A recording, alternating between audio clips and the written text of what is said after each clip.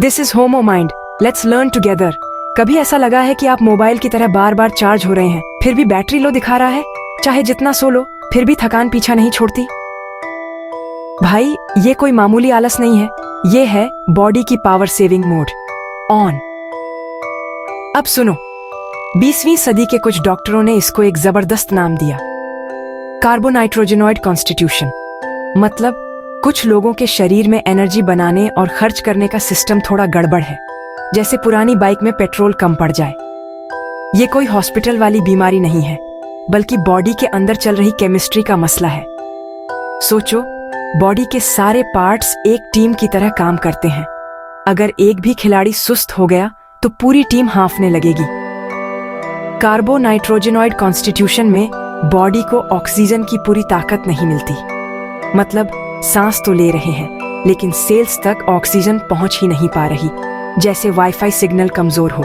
इसे ऐसे समझो, अगर चूल्हे में हवा कम हो तो लकड़ी जलने की जगह धुआं ही धुआं करेगी। वैसे ही बॉडी में ऑक्सीजन कम तो एनर्जी कम और वेस्ट ज्यादा। असली खेल है कार्बन, नाइट्रोजन और ऑक्सीजन का बैलेंस। कार्बन नाइट्रोजन तो खाने से मिलते हैं, ऑक्सीजन सांस से। तीनों का सही मिक्स, बॉडी सुपरहिट, वरना सब गड़बड़। अब आता है सब ऑक्सीडेशन का ट्विस्ट। मतलब बॉडी में फ्यूल पूरी तरह से नहीं जलता, एनर्जी कम बनती है और वेस्ट ज्यादा, जैसे आधा पका खाना, ना खाने लायक ना फेंकने लायक। जब सेल्स को पूरी ऑक्सीजन नहीं मिलती तो वो भी सुस्त हो जाती हैं। नतीजा थकान, कमजोरी और बॉडी का मूड ऑफ। हर सांस, हर निवाला, हर मूवमेंट, बॉडी के अंदर केमिस्ट्री चलती रहती है। बॉडी है एक चलता फिरता केमिकल फैक्ट्री, ऑक्सीजन है बॉडी का सुपर हीरो। ये हमारे खाने को, जिसमें कार्बन नाइट्रोजन भरे हैं, एनर्जी में बदलता है। इसको कहते हैं सेल्यूलर रेस्पिरेशन, यानी खाना प्लस ऑक्सीजन शाइस एनर्जी प्लस CO2 प्लस पानी। कार्बोनाइट्रोजेनॉइड में ये प्रोसेस अधूरी रह जाती है। एनर्जी कम, वेस्ट ज्यादा, बॉडी का सिस्टम स्लो। सोचो, कार में घटिया पेट्रोल और जाम एयर फिल्टर डाल दो, इंजन धुआं देगा, झटके मारेगा और वेस्ट ही वेस्ट। बॉडी भी ऐसे ही हांफने लगती है। जब वेस्ट बाहर नहीं निकलता तो बॉडी में कचरा जमा होने लगता है, जैसे घर में डस्टबिन ओवरफ्लो हो जाए, माहौल खराब। सोचो, शहर में कचरा उठाने वाले हड़ताल पर चले जाएं, सड़कें कचरे से भर जाएंगी। बॉडी में भी वेस्ट जमा हो जाए तो बीमारियां लाइन में लग जाती हैं। जब बॉडी फ्यूल को ठीक से नहीं जलाती तो यूरिक एसिड जैसे वेस्ट ब्लड और टिश्यू में जमा हो जाते हैं। इससे जोड़ों में दर्द, सूजन और भी झंझट। यही वेस्ट जमा होना, थकान, बॉडी पेन, सिरदर्द, पेट की दिक्कत, सबका असली विलेन है। ये है बॉडी का internal pollution. System slow, mood low और काम का मन नहीं करता। धीरे धीरे पूरी बॉडी सुस्त हो जाती है। असली बात, बॉडी एक मशीन नहीं बल्कि एक टीम है। हर पार्ट, हर सेल, हर प्रोसेस, सब एक दूसरे से जुड़े हैं। बैलेंस बिगड़ा तो सब गड़बड़। हेल्दी लाइफ का फंडा बैलेंस, अच्छा खाना, ताजी हवा और मस्त लाइफस्टाइल, यही है असली जादू। जब ऑक्सीजन कम तो बॉडी के सारे system slow, repair, growth, energy सब धीमा। ये किसी एक पार्ट या वायरस की गलती नहीं है, ये है पूरे बॉडी के माहौल का मामला। हेल्थ को समझो पूरे पिक्चर के साथ। हेल्थ का असली फॉर्मूला, अच्छी हवा, अच्छा खाना और बॉडी की केमिस्ट्री का ध्यान। छोटी छोटी आदतें भी बड़ा फर्क डालती हैं। तो चलो बैलेंस की ओर वापसी करें। कार्बोनाइट्रोजेनॉइड कॉन्स्टिट्यूशन हमें सिखाता है, हेल्थ सिर्फ बीमारी न होना नहीं, बल्कि बॉडी के अंदर का बैलेंस है। एनर्जी, न्यूट्रिशन और ऑक्सीजन, तीनों का तालमेल ही लाइफ को सुपरहिट बनाता है। कार्बोनाइट्रोजेनॉइड कॉन्स्टिट्यूशन से जुड़े लक्षण अक्सर बहुत फैले हुए होते हैं और पहली नजर में असंबद्ध लग सकते हैं। यह स्थिति शरीर के लगभग हर सिस्टम को प्रभावित कर सकती है, जिससे लक्षणों की एक विस्तृत श्रृंखला सामने आती है। सबसे आम शिकायतों में से एक थकान या सुस्ती का लगातार बना रहना है, जो नींद से भी दूर नहीं होती। यह थकान अक्सर इतनी गहरी होती है कि लोग दिन भर ऊर्जाहीन महसूस करते हैं, भले ही उन्होंने पर्याप्त नींद ली हो। लोग अक्सर इसे भारी, बोझिल महसूस करना बताते हैं, खासकर सुबह के समय। कई बार सुबह उठना ही एक चुनौती बन जाता है और दिन की शुरुआत ही थकावट के साथ होती है। इस थकावट के साथ साथ सांस फूलने की शिकायत भी अक्सर होती है, यहाँ तक कि सीढ़ियाँ चढ़ने जैसे छोटे मोटे काम में भी। यह लक्षण दिल और फेफड़ों पर अतिरिक्त दबाव का संकेत हो सकता है। सिर दर्द, जो अक्सर हल्का और लगातार होता है, वह भी रोज की परेशानी हो सकता है। कुछ मामलों में यह सिर दर्द माइग्रेन जैसा भी हो सकता है, जिसमें रोशनी या शोर से संवेदनशीलता बढ़ जाती है। ये सभी संकेत इस बात की ओर इशारा करते हैं कि शरीर की कोशिकाएं अपना काम ठीक से और कुशलता से करने के लिए ज्यादा ऑक्सीजन मांग रही हैं। जब ऑक्सीजन की आपूर्ति कम हो जाती है तो शरीर की ऊर्जा उत्पादन क्षमता भी घट जाती है। पाचन संबंधी समस्याएं भी इस स्थिति की एक और पहचान है। इनमें अपच, पेट दर्द और भोजन के बाद असहजता शामिल हो सकती है। व्यक्तियों को अक्सर खाना खाने के बाद, खासकर ज्यादा या भारी खाना खाने के बाद, पेट फूलना, गैस और सामान्य बेचैनी महसूस हो सकती है। यह लक्षण अक्सर भोजन के प्रति अरुचि या कुछ खाद्य पदार्थों से परहेज की ओर भी ले जा सकते हैं। ऐसा इसलिए माना जाता है क्योंकि पाचन तंत्र शरीर के बाकी हिस्सों की तरह भोजन को प्रभावी ढंग से तोड़ने के लिए उचित ऑक्सीकरण से मिलने वाली ऊर्जा की कमी महसूस करता है। इससे पोषक तत्वों का अवशोषण भी प्रभावित हो सकता है। त्वचा पर आपको एक्जिमा, सोरायसिस या जिद्दी मुहासे जैसी समस्याएं दिख सकती हैं। त्वचा की खुजली, सूखापन या बार बार रैशेज भी आम है। इन त्वचा संबंधी स्थितियों को शरीर का सबसे बड़ा अंग त्वचा के जरिए जहर निकालने का प्रयास माना जाता है, जब गुर्दे और लिवर जैसे मुख्य चैनल ओवरलोड हो जाते हैं और मेटाबॉलिक कचरे से निपटने में संघर्ष करते हैं। यह भी देखा गया है कि पर्याप्त पानी पीने और डिटॉक्सिफिकेशन से लक्षणों में सुधार आ सकता है। शारीरिक के अलावा मूड पर भी काफी असर पड़ सकता है। डिप्रेशन, चिंता और भावनात्मक अस्थिरता भी देखी जा सकती है। दिमागी धुंध, ध्यान केंद्रित करने में कठिनाई और सामान्य चिड़चिड़ापन आम है। कई बार लोग छोटी छोटी बातें भूलने लगते हैं या निर्णय लेने में परेशानी महसूस करते हैं। यह समझ में आता है, अगर आपका शरीर सेलुलर स्तर पर संघर्ष कर रहा है, तो आपका दिमाग, जो ऑक्सीजन और ऊर्जा का एक बड़ा उपभोक्ता है, भी दबाव महसूस करेगा। ध्यान और श्वास अभ्यास से कभी कभी अस्थायी राहत मिल सकती है। ये लक्षण एक ऐसी प्रणाली की तस्वीर पेश करते हैं जो भारी बोझ के नीचे काम कर रही है। यह बोझ शारीरिक, मानसिक और भावनात्मक सभी स्तरों पर महसूस किया जा सकता है। यह केवल एक चीज गलत नहीं हो रही है, यह एक प्रणालीगत मंदी है जो शारीरिक ऊर्जा और पाचन से लेकर स्पष्ट सोच और भावनात्मक स्वास्थ्य तक सब कुछ प्रभावित करती है, जिससे अस्वस्थ महसूस करने का एक चक्र बन जाता है। यह चक्र तब और मजबूत हो जाता है जब व्यक्ति को बार बार संक्रमण या एलर्जी जैसी समस्याएं भी होने लगती हैं। यह संवैधानिक प्रकार कुछ पुरानी बीमारियों के लिए भी एक प्रवृत्ति से जुड़ा है। उदाहरण के लिए, बार बार सर्दी, जुकाम, एलर्जी या ऑटोइम्यून विकारों की संभावना बढ़ सकती है। उदाहरण के लिए, गाउट, गठिया का एक दर्दनाक रूप, यूरिक एसिड के उच्च स्तर से जुड़ा है, जो अधूरे नाइट्रोजन मेटाबॉलिज्म का एक सीधा उप उत्पाद है। गाउट के मरीजों को अक्सर जोड़ों में सूजन, लालिमा और तेज दर्द का अनुभव होता है। बच्चों में रिकेट्स, जिसकी पहचान नरम और कमजोर हड्डियों से होती है, ऐतिहासिक रूप से इस स्थिति से भी जुड़ा था। ये हड्डियों के विकास में बाधा डाल सकता है और बच्चों की सामान्य गतिविधियों को प्रभावित कर सकता है। इसके अलावा अस्थमा और क्रोनिक ब्रोंकाइटिस जैसी श्वसन संबंधी स्थितियां अक्सर देखी जाती हैं, क्योंकि फेफड़े गैस एक्सचेंज के अपने प्राथमिक कार्य और प्रणालीगत सुस्ती के बोझ दोनों से जूझते हैं। इन स्थितियों में सांस लेने में कठिनाई, सीने में जकड़न और बार बार खांसी आम लक्षण हैं। ये स्थितियां इस बात पर प्रकाश डालती हैं कि कैसे एक मौलिक असंतुलन समय के साथ विशिष्ट, मान्यता प्राप्त बीमारियों के रूप में प्रकट हो सकता है। इसीलिए इन लक्षणों को नजरअंदाज करने के बजाय समय रहते पहचानना और उचित चिकित्सा सलाह लेना बेहद जरूरी है।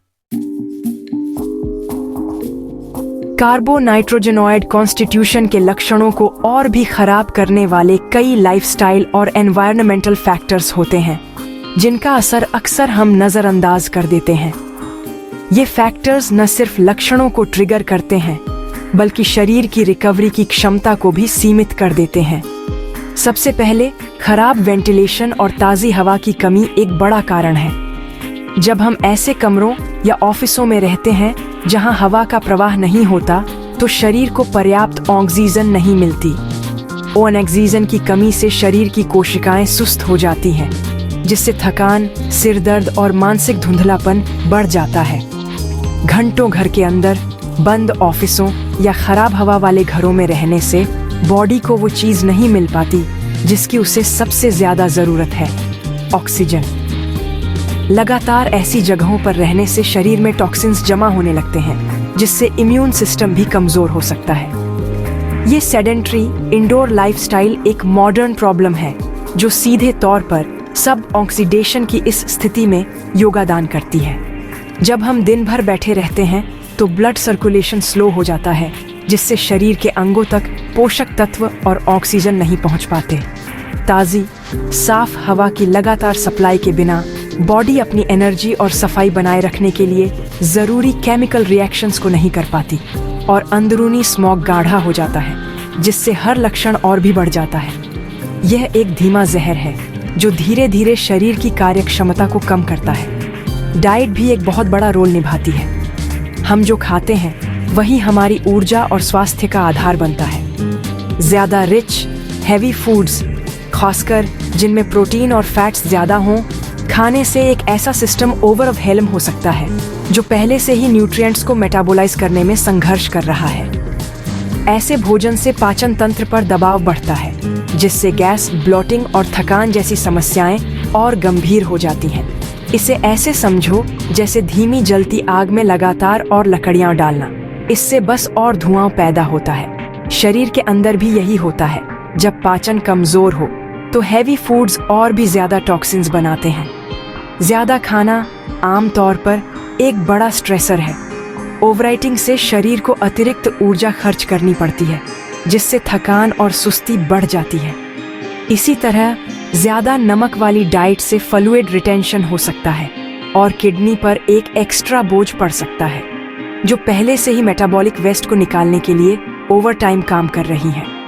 इससे सूजन, हाई ब्लड प्रेशर और थकान जैसी समस्याएं और बढ़ जाती हैं। स्ट्रेस, चाहे वो मेंटल हो या इमोशनल, बॉडी को टाइट भी करता है, जिससे सांसें उथली हो जाती हैं और ऑक्सीजन का इनटेक और कम हो जाता है, जिससे ये बुरा चक्र और मजबूत होता है।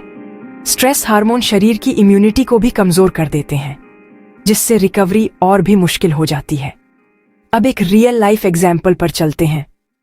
मुझे आर्थर नाम के एक आदमी से मिलना याद है, एक 55 साल का अकाउंटेंट जो इस संघर्ष का परफेक्ट एग्जाम्पल था। उसकी कहानी इन सभी फैक्टर्स को एक साथ दिखाती है। आर्थर अपने दिन एक छोटी, बिना खिड़की वाले ऑफिस में बिताता था, जहां न ताज़ी हवा थी न धूप। उसकी शामें इतनी थकान भरी होती थी कि वो बस टीवी के सामने बैठ जाता। किसी भी फिजिकल एक्टिविटी या परिवार के साथ समय बिताने की हिम्मत नहीं जुटा पाता। उसे लगातार थकान, सुबह सिर दर्द और हर मील के बाद गंभीर ब्लोटिंग की शिकायत थी। उसकी नींद भी डिस्टर्ब रहती थी, जिससे उसकी रिकवरी और भी स्लो हो गई थी। धीरे धीरे उसे एडल्ट ऑनसेट अस्थमा हो गया और उसके हाथों पर एक्जिमा का एक लगातार पैच बन गया, जिसे कोई भी क्रीम ठीक नहीं कर पा रही थी। उसकी इम्यूनिटी कमजोर हो गई थी और वो बार बार बीमार पड़ने लगा।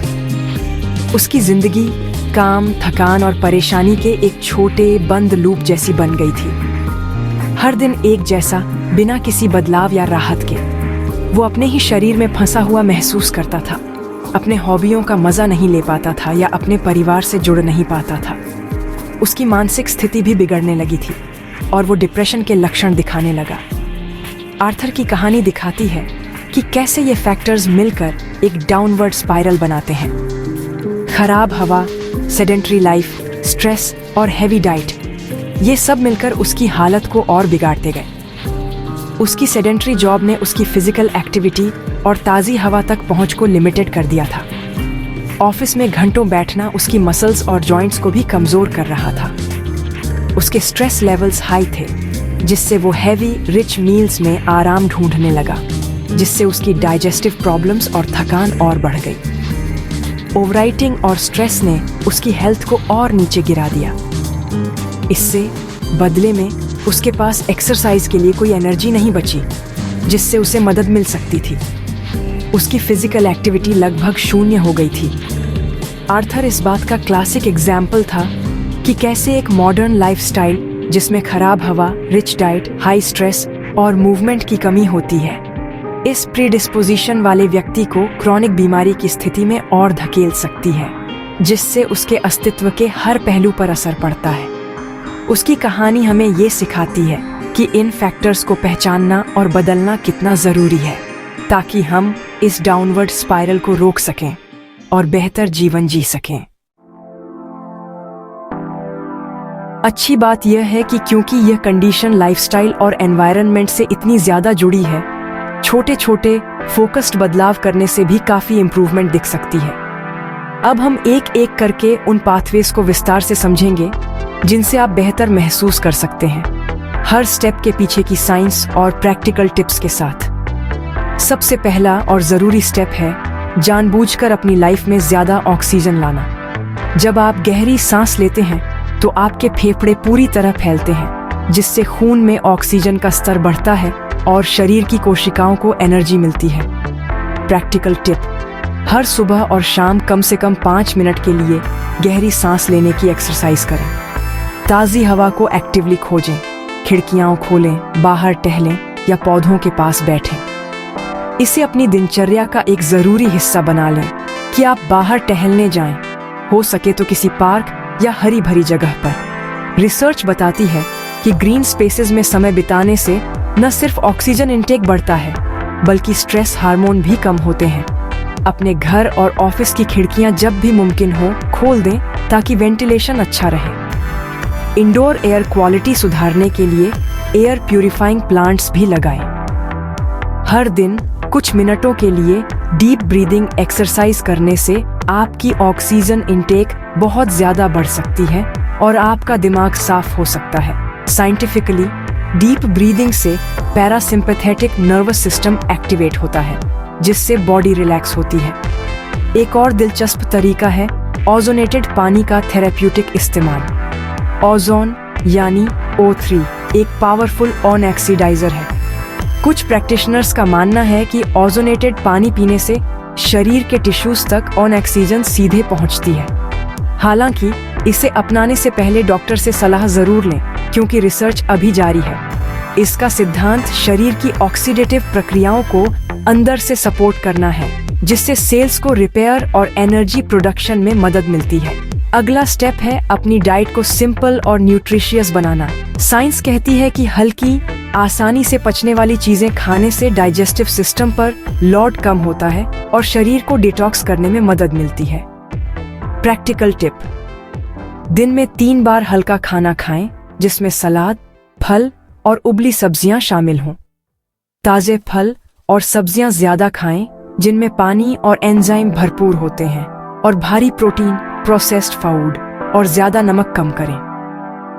एंजाइम्स डाइजेशन को सपोर्ट करते हैं और शरीर को एनर्जी देते हैं। इससे आपके डाइजेस्टिव सिस्टम को बहुत जरूरी आराम मिलता है, जिससे शरीर खुद को रिपेयर कर सकता है। स्ट्रेस को मैनेज करना भी इस पहेली का एक और जरूरी हिस्सा है। स्ट्रेस हार्मोन जैसे कि कोर्टिसोल शरीर की हीलिंग प्रोसेस को स्लो कर सकते हैं। जब हम स्ट्रेस में होते हैं तो हमारी सांसें छोटी हो जाती हैं और हमारा शरीर अकड़ जाता है, जिससे ऑक्सीजन का फ्लो और कम हो जाता है। यह एक विशियस साइकिल बन जाता है। प्रैक्टिकल टिप: हर दिन कम से कम 10 मिनट के लिए कोई रिलैक्सिंग एक्टिविटी करें, जैसे किताब पढ़ना, म्यूजिक सुनना या ग्रीन टी पीना। योग या ताई ची जैसी हल्की एक्सरसाइज के जरिए मूवमेंट को ध्यान से सांस लेने के साथ जोड़ें। साइंटिफिकली ये एक्टिविटीज नर्वस सिस्टम को बैलेंस करती है और माइंडफुलनेस बढ़ाती है। मेडिटेशन, नेचर में समय बिताना या अपनी पसंद का कोई शौक पूरा करना भी स्ट्रेस कम करने के बेहतरीन तरीके हैं। रिसर्च से पता चलता है कि ये एक्टिविटीज डोपामिन और सेरोटोनिन जैसे हैप्पी हार्मोन बढ़ाती है। इन सब का लक्ष्य है स्ट्रेस के उस चक्र को तोड़ना जो शरीर की लो ऑक्सीजन स्टेट में योगा दान देता है, जिससे आपका सिस्टम रिलैक्स हो सके और खुद को स्वाभाविक रूप से फिर से बैलेंस करने की प्रक्रिया शुरू कर सके। आखिर में अपनी वाइटैलिटी को वापस पाना पूरी तरह से मुमकिन है अगर आप इन पाथवेज को स्टेप बाय स्टेप फॉलो करें। Practical guide. 1.